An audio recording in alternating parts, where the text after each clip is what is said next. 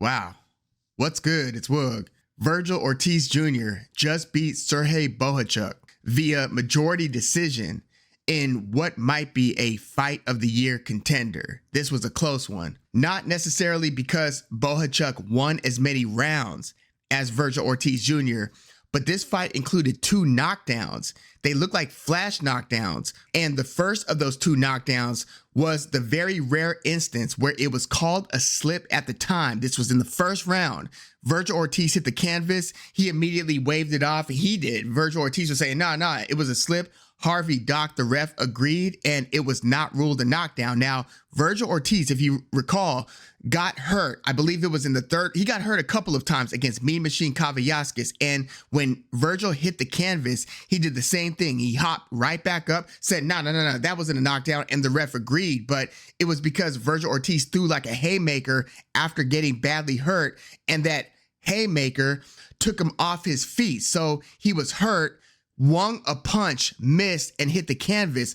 I feel like some of those should be called knockdowns, because if you don't call those a knockdown, I feel like it incentivizes a hurt fighter to throw a wild punch after they're badly hurt. When you're hurt, throw a punch, let that punch send you off balance. You get to hit the canvas. The ref kind of, comes up to you, checks your gloves. They don't rule it a knockdown.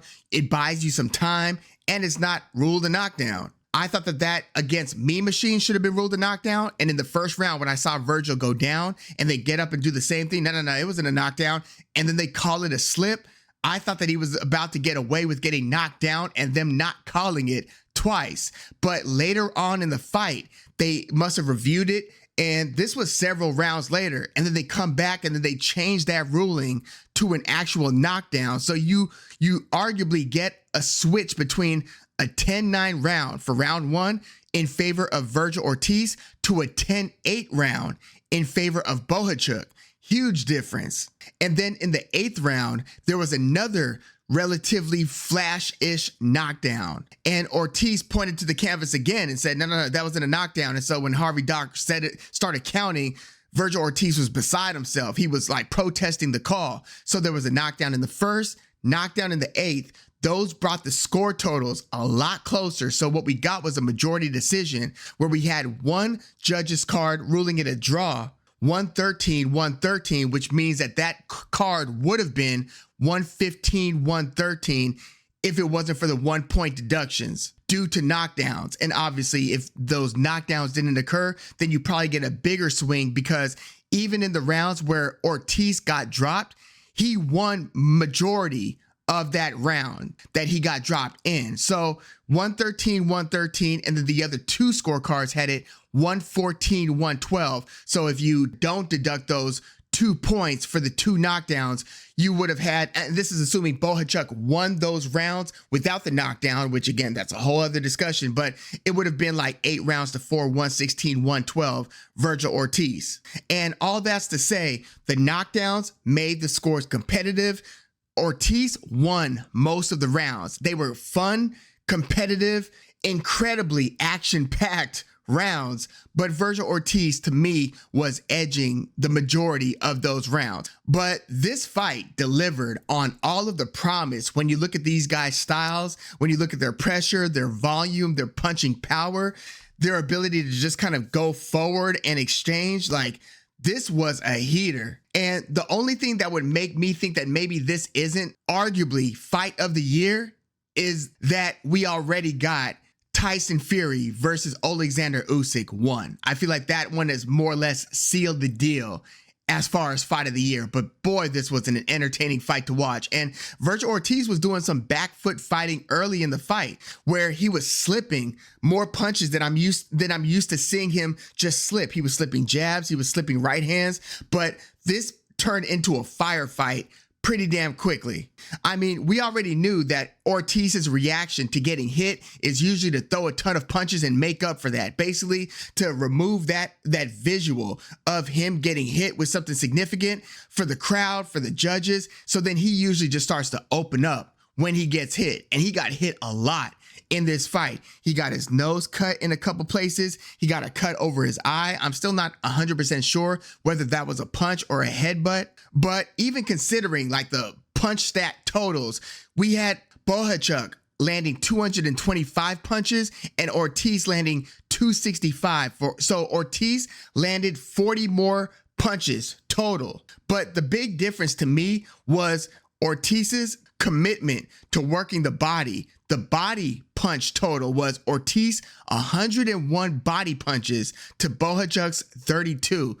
Ortiz was relentless. And, you know, I don't know if his punching power is 100% carrying to 154. He's obviously still a hard puncher. I mean, you could hear those concussive shots, and he was seemingly landing the bigger, more powerful punches than Bohachuk, who was also landing some very powerful punches. But Ortiz, it's got like a concussive sound to it. I just don't know if it's as impactful at 154 as his punch was at 147. But again, he's still hitting very hard, and he's demonstratively, like observably throwing hard punches. Like in baseball, if you've got somebody who looks like they're trying to throw as hard as they can from the outfield, if like the runner is running home and the outfielder's trying to throw as hard as he can to either hit his cutoff man or to throw all the way at the plate to try to get the out at the plate as the runner's sliding in, that's what Ortiz looked like when he was throwing some of those overhand rights, or even his left hooks. He was throwing so hard that he was turning his head. He was pulling his head. You see that sometimes, you know, in baseball, they advise you to keep your head on the line. And even when you swing, keep your head down. Some players like Vladimir Guerrero back in the day would swing so hard that he'd be pulling his head. Sometimes his helmet comes flying off. By the way, I had to watch Bohachuk versus Ortiz on a replay because I was at the Dodger game because my cousin Johnny is the hitting coach of the Pittsburgh Pirates. We had a lot of family out, and we got to, you know, go out on the field after the game. It was very fun. Shout out to my cousin Johnny. For those of you who join some of the live chats and see Benji Tucker is Johnny Tucker's older brother. And again, Johnny Tucker's the Pittsburgh Pirates hitting coach. So yeah, I was at Dodger Stadium and then had to watch the fight on replay. But man, this was something else. And this fight is so good that, you know, I can't wait to rewatch it. I want to watch this one another 1 or 2 times. And, you know, Vergil Ortiz, yes, when you start to open up a lot, you are going to be susceptible to getting hit a lot. But it was just interesting to see Vergil Ortiz doing more movement as Bohachuk was coming forward. Bohachuk is like the consummate stalker. He's throwing that long jab out there and then putting the power punches behind it. Now from distance, he was kind of getting outboxed in a lot of the cases. It just looked like Vergil had the snappier, quicker punches, but Bohachuk was so intent on getting back on the inside.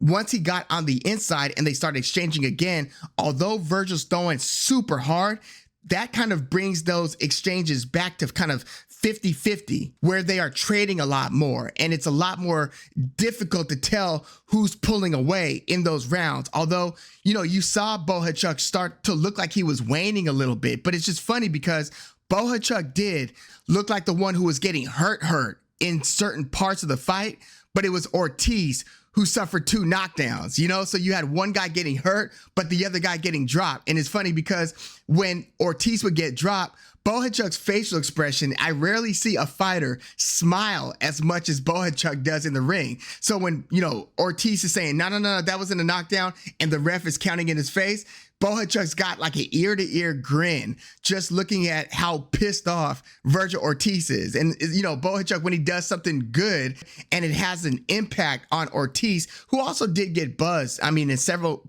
points of this fight, Bohachuk just can't hide the smile. But this fight, it wasn't the sweetest of sweet science fights. Like, these guys, they were boxing, but they were throwing so many punches. And I was just thinking like, okay, we're going to see how durable each of these guys are, and credit to both for taking each other's shots throughout that fight. I don't know like what kind of damage this is going to do to each or either guy long term. This was one of those, I mean, these guys were taking a lot of heavy shots.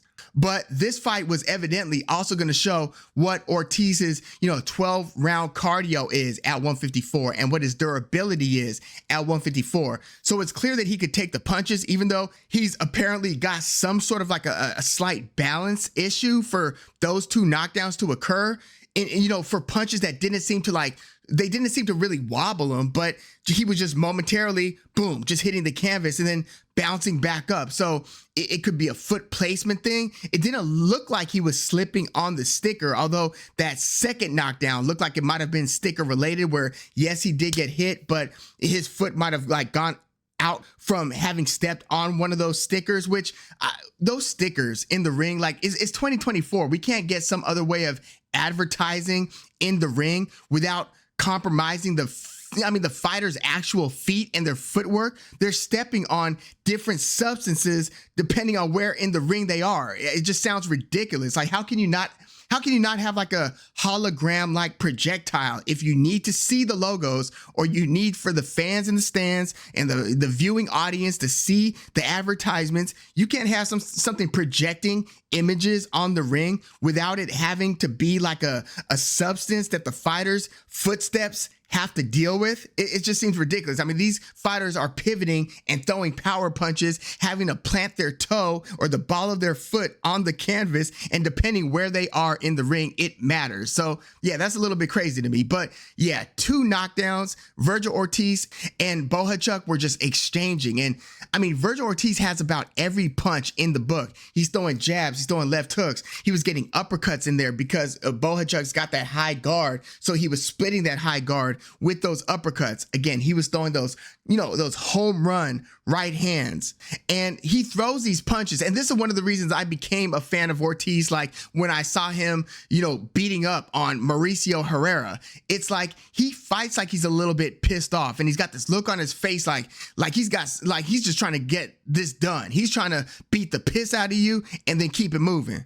And he almost looks like he takes it personal when he takes shots, and then he starts opening up even more. But Bohachuk wasn't going anywhere. So as much as Ortiz was trying to dish it out and was trying to say, okay, now you pissed me off, now I'm going to get this guy out of there. Well, Bohachuk was game, and he was throwing, and he wasn't going anywhere. So all of these ingredients make for this just super fan-friendly fight. And look, it's tough to assess how either of these guys would do against, let's say, Madrimov, let alone Terrence Crawford.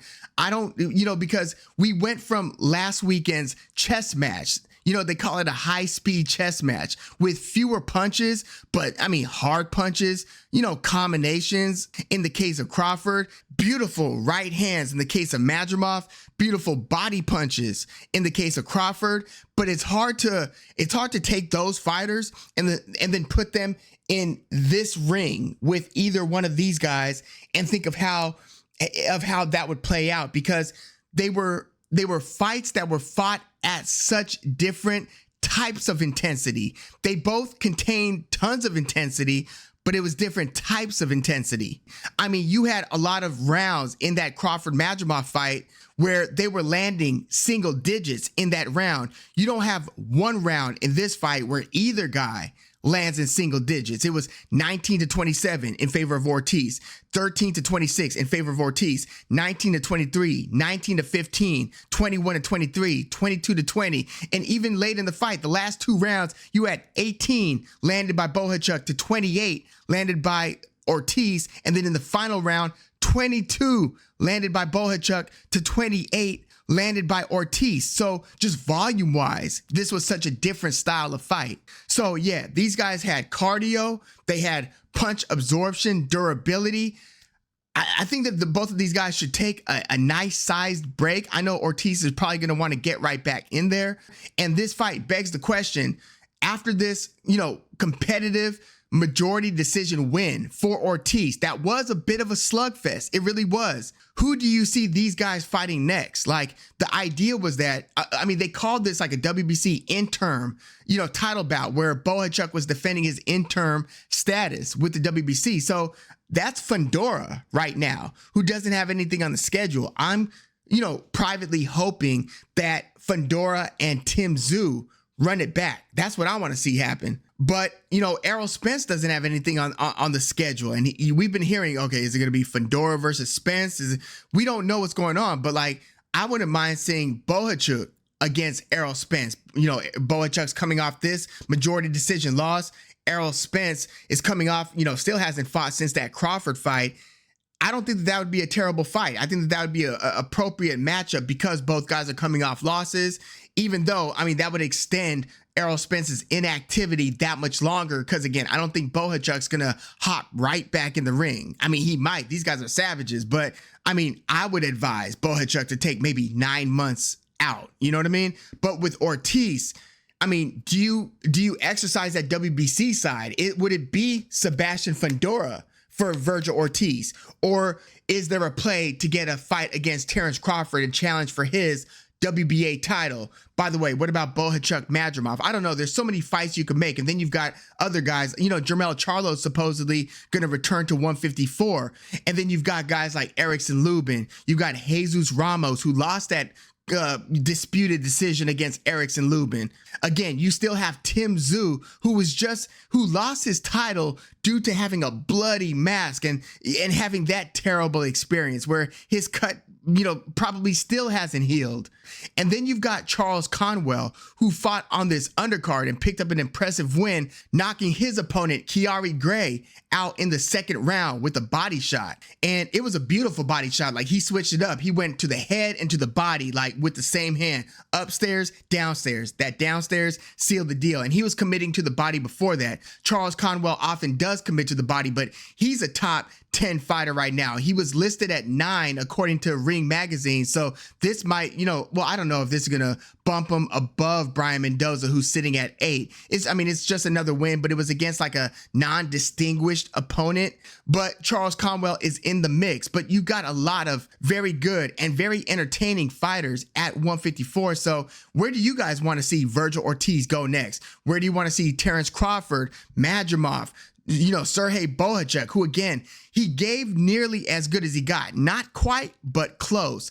He really tested Vergil Ortiz. There were times where he was hitting Vergil Ortiz with like 4 hard power shots in a row, where you then see Ortiz start to back up and you wonder, damn, is Ortiz starting to fade because Ortiz was throwing a ton of punches? We didn't know if he could just carry that many punches throughout the entirety of 12 rounds. So it was like when you saw, you know, Bohachuk start to like really pour it on, you're like, damn, are we about to see Ortiz start weakening and then Bohachuk taking over? But then Ortiz would start, you know, he would move a little bit and then he would start committing to, you know, to blasting Bohachuk with hard combinations or just sometimes hard one-off punches at a time, where he's completely selling out on the home run shot once again, which I wonder if him, you know, really digging in on some of those power punches, if that's going to backfire at some point. Because again, when he's letting his hands go to that degree, he is making himself more vulnerable. But yeah, this was a fantastic fight. Let me know your thoughts on this one. Did you have Vergil Ortiz winning? I mean, I thought that he won, again, enough rounds to where even with those 2 knockdowns, he could still edge a win on the scorecards. Let me know how you had it, and let me know what you want to see happen on the 154-pound landscape. By the way, you also have Bakram Murtazaliev, who's got one of the titles in this division. But yeah, let me know your thoughts on this one in the comments. Like the video, subscribe to the channel if you are into the fight talk. Man, this was a banger. I'm probably going to rewatch this one right now, and I still have to watch the Luis Alberto Lopez fight against Angelo Leo. But yeah, let me know your thoughts in the comments. I'm Woog. Thanks for tuning in.